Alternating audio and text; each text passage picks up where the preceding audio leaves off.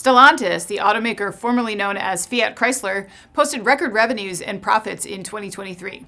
At the time of the reporting, CEO Carlos Tavares said he wanted to warmly thank the Stellantis team for contributing greatly to the company's growth story, even in the strongest of headwinds. Well, it appears the board at Stellantis has found a way to also warmly thank Tavares himself, and it takes the form of a massive pay hike.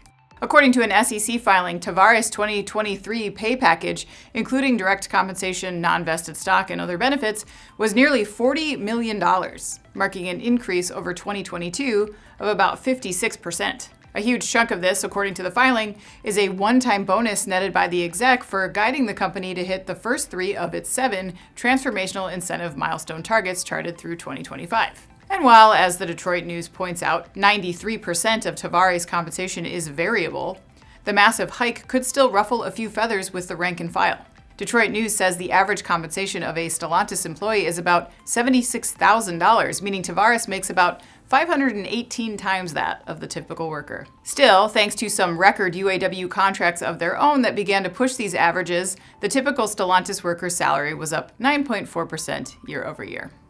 I'm Anna Wells, and this is Manufacturing Now.